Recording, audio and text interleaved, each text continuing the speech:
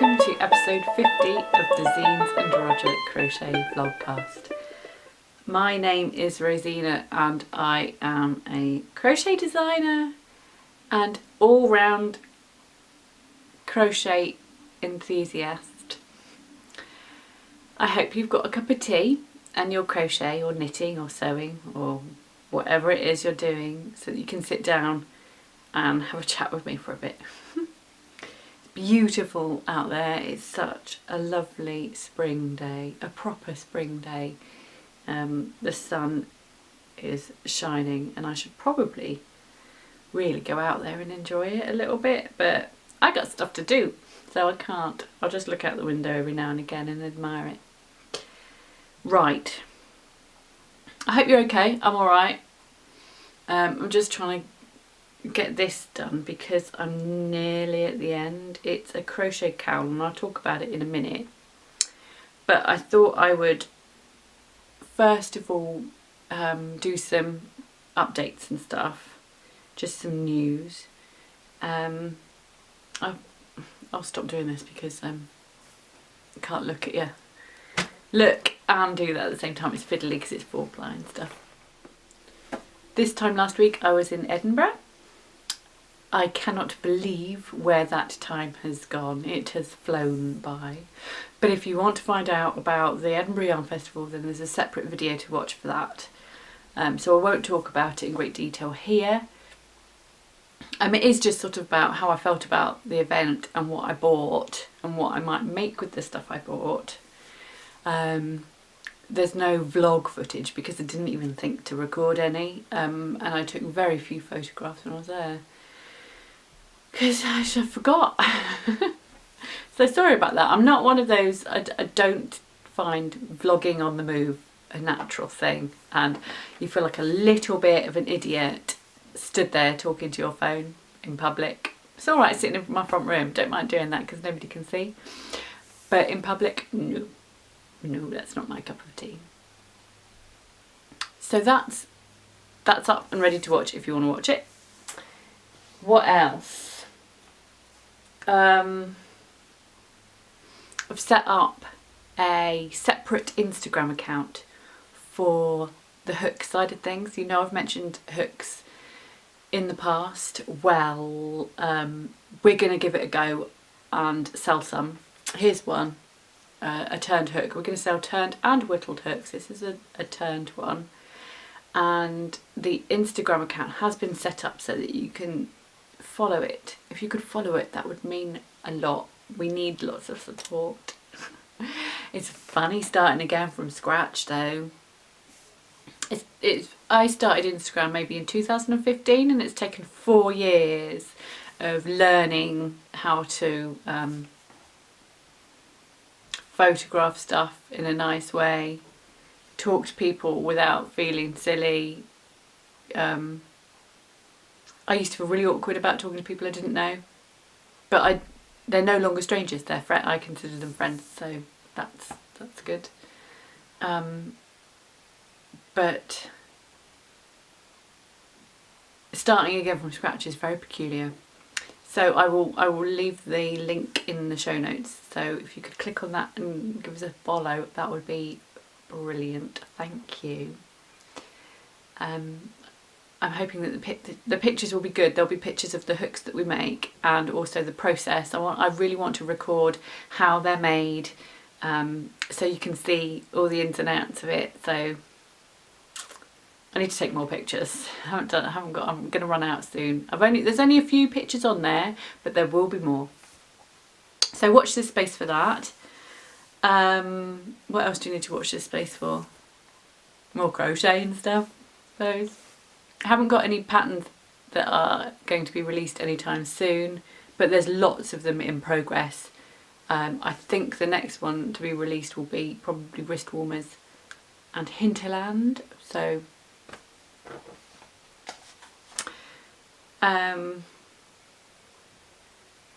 where are we? I've had a couple of people ask me who Roger is and I never did explain properly, I don't think. I remember in my first video I just said they're both names I'm known by, I think. Did I? But I didn't explain why. So essentially, Zines is relatively self-explanatory in that it's Rosina, so Zine, and Zena, I get called Zena quite a lot, but Zines is the one that stuck in the last couple of years. It's Zines. I sign off a lot of stuff with just a Z, but in my head it's a Z because of Rosina. Because in the UK it is a Z, that letter, not a Z. But I say Z. It's not important, is it? So that's the Zines. And Roger is just another silly nickname. Roger is nobody apart from myself. And again, it's a funny one that stuck. There's probably maybe 4 people at most in the whole wide world that call me Roger, and if anybody else outside of that called me it, I'd feel weird. It would be wrong, and I would look at you and I'd probably tell you that you weren't allowed to use it. So there's that. It came about because years ago in my early 20s I was working at the Odeon in Exeter, which is, I was going to say just down the road, but I mean it's the city that we're sort of outside of. And I sort of became an honorary boy because there was a group of lads I used to hang around with, and they couldn't handle me being a girl. And so they decided to see me as just one of the lads. And so Rosina became Roger. It's that stupid. And yeah, it stuck, and it stuck with the lads that, you know, I'm still friends with them now, so they still call it me now, but we all worked together 15 years ago or more, I don't know. I started working there in about 2001 and then carried on working there while I was at uni, and then after I graduated as well, I stayed on for a couple of years because it was just easy. Rubbish money, but the hours suited the party lifestyle of somebody who was in their early 20s, so that's that. If you've got any other questions that you're curious about, you want to ask away, and I'll try and answer them. I don't mind. Keep looking at my face, it looks wishy-washy today. So yeah, if you've got a question, but that was the question that I was asked last week, and I sort of hadn't realised that you guys didn't know the answer, which is not on, is it? You need to know the answer. And the other question is related to last week's giveaway. I'll do that now before I crack on with whips and FOs. I'll try and find the book. I was giving away this one, and gosh, I've got a massive pile of books down here, so come on with you. Oh, it's not you. Oh, well, I'm giving away this one and a Stitch dictionary. I don't know where that is. I thought they were together, but they're not. I think the Stitch dictionary that I've got is in use. Anyway, they're by the same author, Tracy Todd Hunter, and if you watch last week's episode and the episode, not last week, last episode and the one before it, you'll know that I was gifted 2 books, and I was also told that I could do a giveaway and the publisher would send the winner 2 books. This morning I did number generator, random thingy. I had to work it out because there were a couple of people that commented twice, and I don't think it was intentional. They weren't trying to get 2 votes, but I've discounted you anyway. Not entirely, just one of your comments. You're still in there, don't worry. And then I commented once before. I was just like, oh, I'm not supposed to be commenting on these, so didn't do it again. But Cindy Hart's Crochet was the name I picked out. 162 was the number I put into the random generator, and 135 came out, and that one was Cindy Hart's Crochet. So get in touch, zinesandroger@gmail.com. Thank you very much. Well done. They're good books. You'll like them.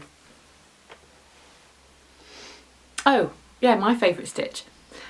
It's probably the granny stitch, the granny cluster. and C2C stitch. And that's why I use them so often, because I love them so much. I mean, I love a lot of different stitches, of course I do, but they are the ones that I go to again and again and again. I love the versatility of them. I love messing around with them and seeing what I can do.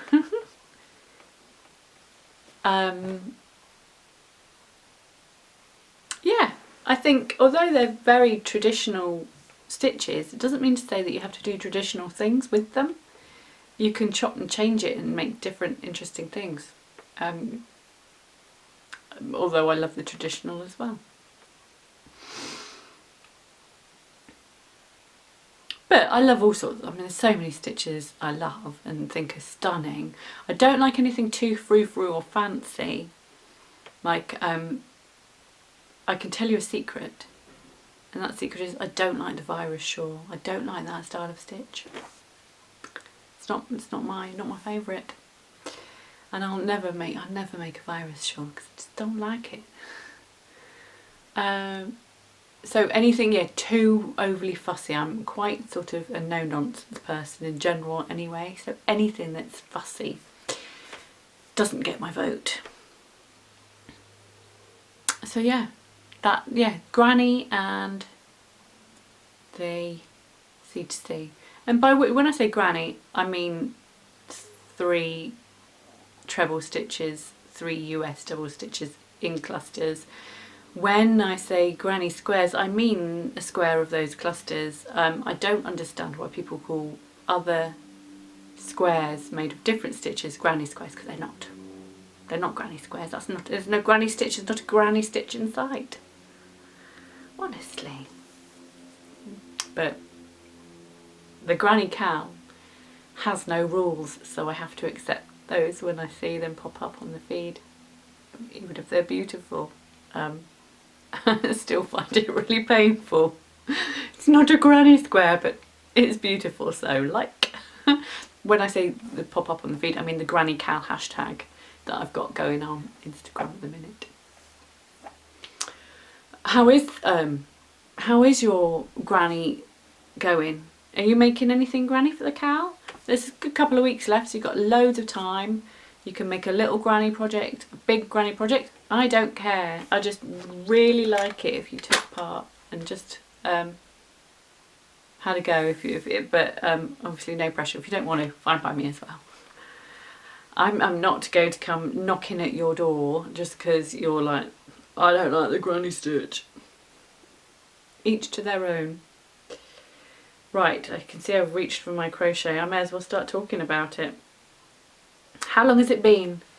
I bought this yarn in September. That's a long time, isn't it? And I've been absolutely dying to make something with it, haven't I? I kept getting that cake out, which is now only that big. It's gone small because most of it is this. It is going to be a cowl, so it will be like that. And I've got ribbing at the bottom and ribbing, there'll be ribbing at the top. I'm just making that at the minute. I'm doing the ribbing as I go, so rather than making it separate or doing a sort of FPBP affair, I'm doing back loop only. And I've never done it as a part of an integral piece of the fabric before, and I'm really enjoying it. It works up a lot quicker and it's a lot less of a faff than if you were to make the ribbing as one separate piece first and then stitch it on afterwards or work into it afterwards or whatever. I'm really liking the way it works. So you just do your ribs back loop only, and then you slip stitch into the stitches of the main body a couple times before turning and working your way back up your rib, and you just repeat that. You go up and down it and then attach it with slip stitches when you get back to the main body, which I think is quite good.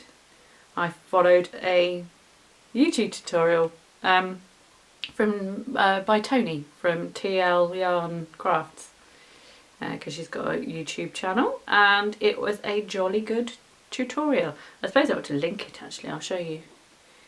I'll link it in the notes, blah blah. So it was bought in September, this yarn, at the yarn at Yarndale, and Claudia bought it for me as a gift, and therefore it's called the Claudia cowl. And it'll be quite a snug one. I didn't want it, I mean it's only a one skein project, so I didn't want it to be a sort of an infinity scarf that you wrap around a couple of times, because I wouldn't have enough yarn. It's going to be sort of like that. I'll just mattress stitch it down the sides when I'm done. It's got a very simple stitch, which looks best with the wrong side facing outwards, so that's what I'll do.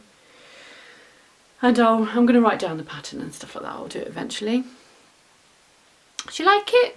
It's a beautiful green. It's my favourite green, I think. A forest type green. I don't know if I've got the label for it. It's quite a rustic wool. It's a very woolly wool, and I know for some people that's their ultimate, their favourite. It would felt, I think, if you mistreated that, it would felt very easily if you put it in the washing machine or whatever, so you've got to really look after it.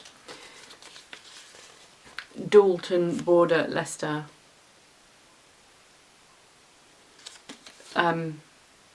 It's worsted spun, 4-ply, 100% pure wool, and I'm guessing it's 100% Dalton sheep. But they were a nice family-run business, and they were interested in crochet samples for their stand, so I should probably tell them about it once it's done and see what they say. Dead quick to make, dead quick to make. But that will be finished very soon. I'm wondering though, I could probably have gotten another pattern repeat out of this, but I chickened out at the last minute. I mean, it's deep enough. Once I get this this border on down here, it will be deep enough to be a really good cowl. So I mean, it's kind of like and not an issue from that side of things. Like, it's not going to be too small and then I've wasted some. But it would be nice not to have any left over at all. And once I've finished, I don't actually know if I would have enough to do another pattern repeat. And I could frog some.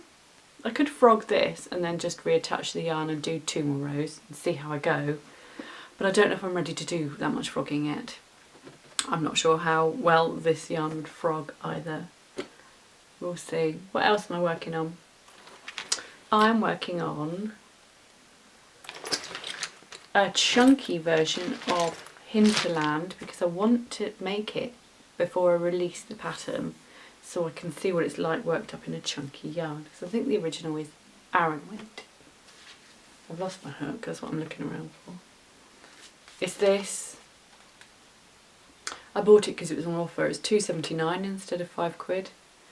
Alpaca Tweed Chunky by Stylecraft. This is Midnight, the colour Midnight, and I'm using, I've got 4 of the colour Blush. 2 of that, 4 of this, in the hopes that I can make some kind of version of Hinterland. I think it may need tweaking because it will work up bigger than the other one, and the other one was enormous anyway, so. I really want to make you. I don't know where the hook's gone for that one. It hasn't got like a brilliant drape at the minute. I think I'm using a 5.5mm hook, and I should probably have used a 6mm for the chunky yarn. But I will block it so that the drape comes back, and that's fine. It'll be alright, but I didn't want it to be, the stitches to be too open on this one, because I wanted to be able to see the eyelets properly. I don't know. But seeing as I probably won't get to keep the original Hinterland, I do want one for myself, so that's why I'm making it. And I think it'll be quite nice worked in a chunky yarn, although it will be a little bit wintry and we're coming into spring. Well, we are in spring now, so it's the wrong time of year, but it doesn't matter, does it? And then, wrist warmers. Somebody's sneezing outside, I don't know who that is. I finished my wrist warmers. See if I can get them on.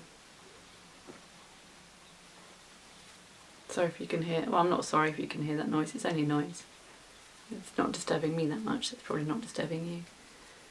They're a bit of a bugger to get on, I have to say. And therefore I think the pattern probably needs tweaking or using a different sort of yarn. This is John Arbon Exmoor sock.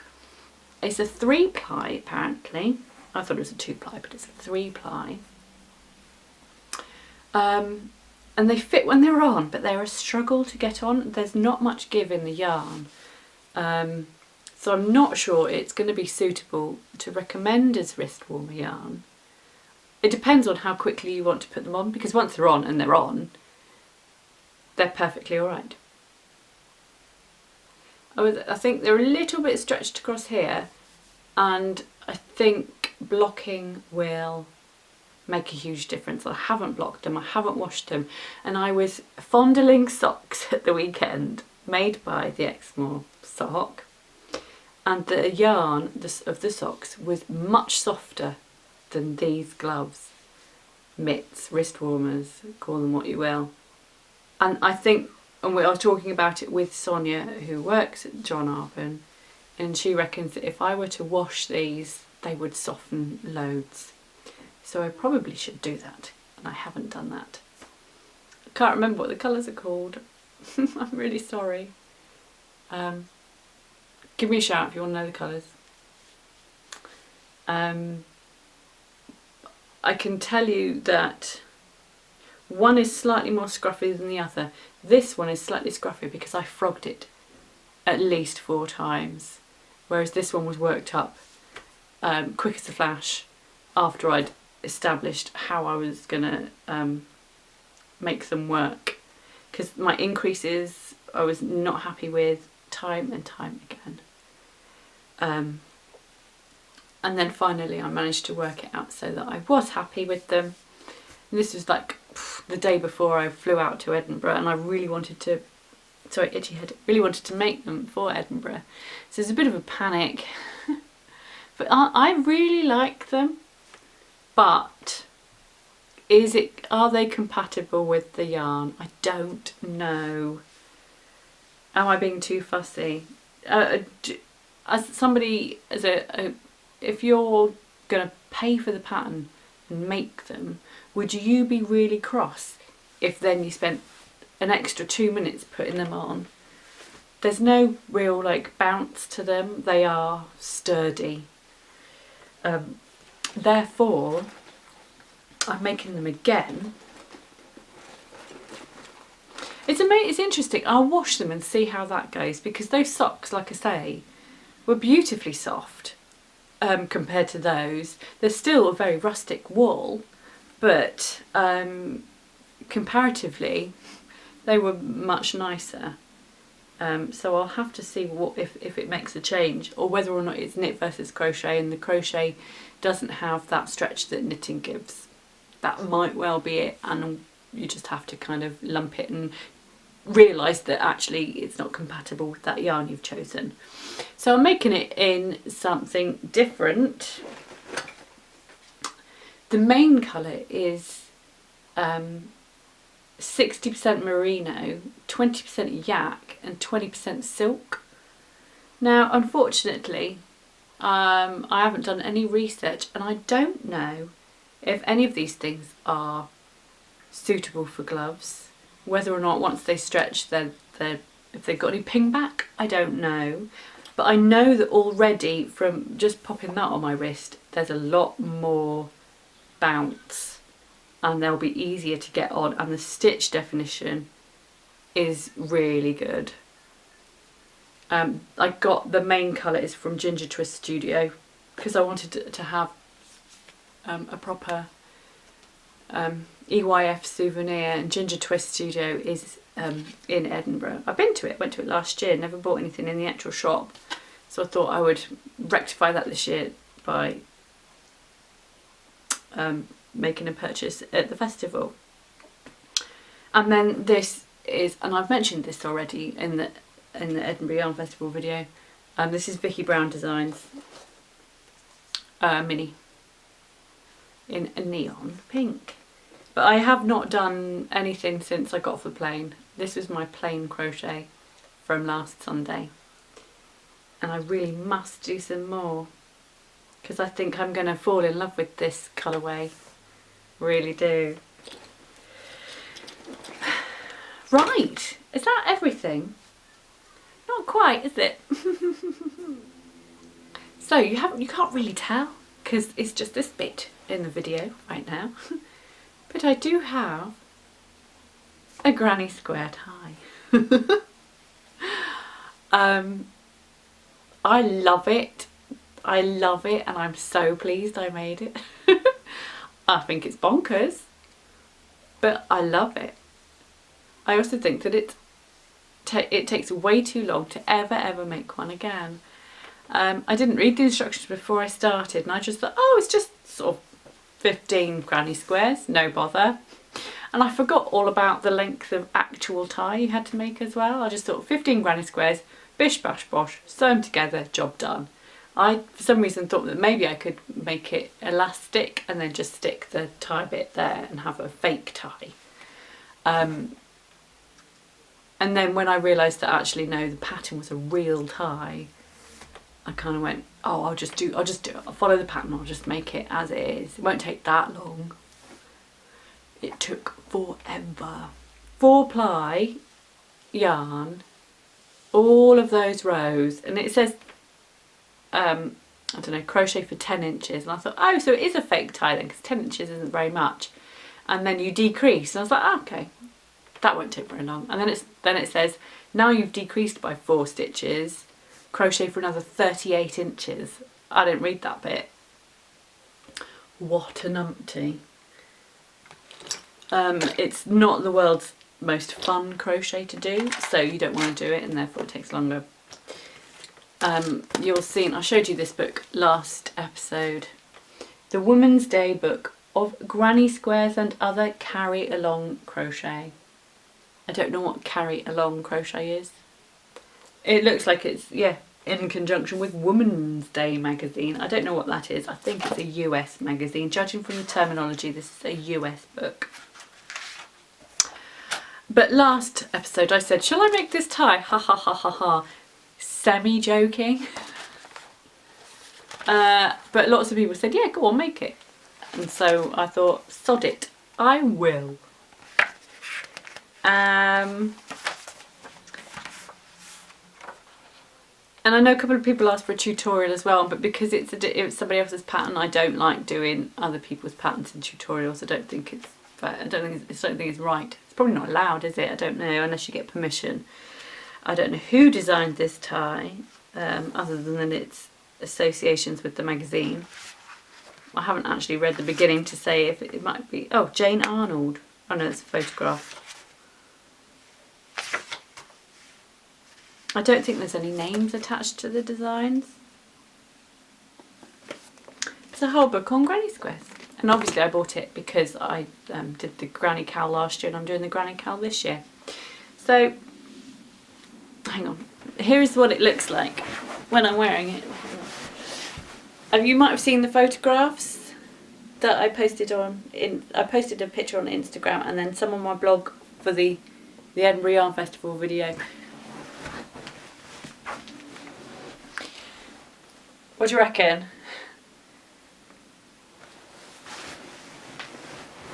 It's alright, isn't it? It's pretty nifty. I'm well pleased. I have blocked it, but I don't like the fact that it goes in at these bits. But I'm going to forgive it because it's not that noticeable. So what I did was a little stash bust. It's all stuff, apart from the main colour, which is Life in the Long Grass, which was gifted to me last year through the November Get Your Wishes Granted Get Your Wishes Granted hashtag on Insta. And somebody sent me a skein of Life in the Long Grass from, I think it just said June batch or something like that, so it must have been from a subscription of some sort. So that was the only one. I used probably about 50 grams or thereabouts, maybe just under 50 grams of the main colour.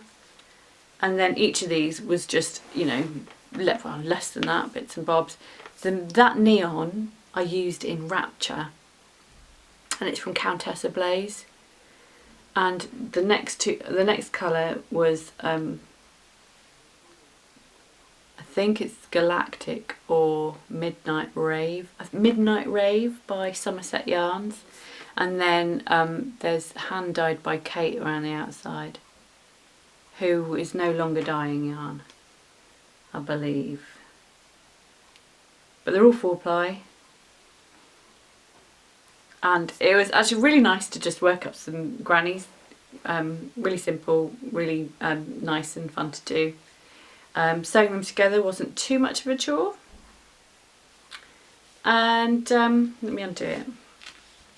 And what I did, because it is quite, I mean, it's quite long, so I've squished that. I mean, could probably have done without this square here, and it could have just been all of that. Although I did sort of meet tension. So it's a big old tie, and as you can see, yeah, you crochet for that much, and then you decrease in, and then you have to do all of that. I just rewatched Game of Thrones. Made it while I watched Game of Thrones, and I've hand stitched some ribbon stuff. I can't remember if it's Petersham. It might be Petersham or Grosgrain. Hand stitched it all the way down the tie, so it was twisting quite a bit, and it stopped the twist and it stopped it from stretching. You don't want that to stretch out because then it will ruin it. And then what I did from here to about here, attached some fabric to line it, because there was a big gap there, so I wanted to have that a bit more structurally sound. Then I've skipped all of that bit and then lined this bit. In an ideal world I would have done it properly and had it all lined, but this was 11 PM the night before I was due my morning flight, and I wasn't gonna cry over it or anything. I just rushed it through. See, so it's not exactly lined up straight on this side, but on this side it's not too bad. So yeah, where should I wear my tie next? Because I wore it to the Edinburgh Yarn Festival on day 2, my day 2, when I was on my second day there, and felt very self-conscious, especially for the first hour or so. I was like, ooh. And then I was just like, hang on a minute, no, I'm representing crochet here and I'm going to do it with pride. And so I kind of started getting my strut on a bit more and enjoying it more. So I'll have to find other occasions to wear my tie, just don't know when. And so do you like it? I really like it. I think it's a lot better than I thought it was going to be. I'm really, really pleased that I made it though. Because I could have easily just gone, oh no, I won't bother. So I'm really glad that I did. I think that's it. That's enough, isn't it? I need to go and make pizza dough next. It's my baby's 6th birthday today. So I made him a cake this morning, and he's got a couple mates coming round this afternoon, and I'll make pizza for them. And then I'll kick them out in the garden and they can play football or something in the garden, and let off some steam, because I imagine it will be very exciting. So I share, just so you know, I share all my EYF purchases in the other video, but next up I really want to make the Release the Hounds shawl in this, but it is DK weight, not Aran weight, and the original pattern is Aran weight, so I'm going to have to do some tweaking with the amount of rows I use, in that I'll probably need more rows for the DK and therefore more colour changes and stuff like that, which should be fun. It should be easy enough, but I'm really desperate to start doing this. But I've got some commissions that I have to do, which are good ones. One is a granny, which is good, I'm very happy about. And the other one is not a granny, it's something else, but equally it's gonna be a stunner. But I think, yeah, I'm sorry if I've forgotten anything. I know at the minute I've got a heck of a lot of whips on the go, some of which I start talking about in episodes and then you don't hear about again for ages. I am planning on bringing back a lot of them. And no, I still haven't done any tutorials, but they are high up on the list for the coming weeks. However, it's the Easter holidays soon and we're away for some of it, not all of it, but it does mean, I think, and whilst in 2 weeks' time I will be around to film a podcast, I won't be doing it, if you see what I mean. I'll be at home, but so will the kids and so will friends and family and stuff like that. We've got plans for that week, so I can't record in 2 weeks' time. But I might try and film the week after, which is still the Easter holidays, but if I can't squeeze it in, then it'll be the week after that again. So it will be a case of I see you when I see you again. So I really hope that you have enjoyed spending time with me. Thank you very much for coming along. Don't forget to like and subscribe and leave a comment down below. And I will see you again next time. Cheerio. Bye.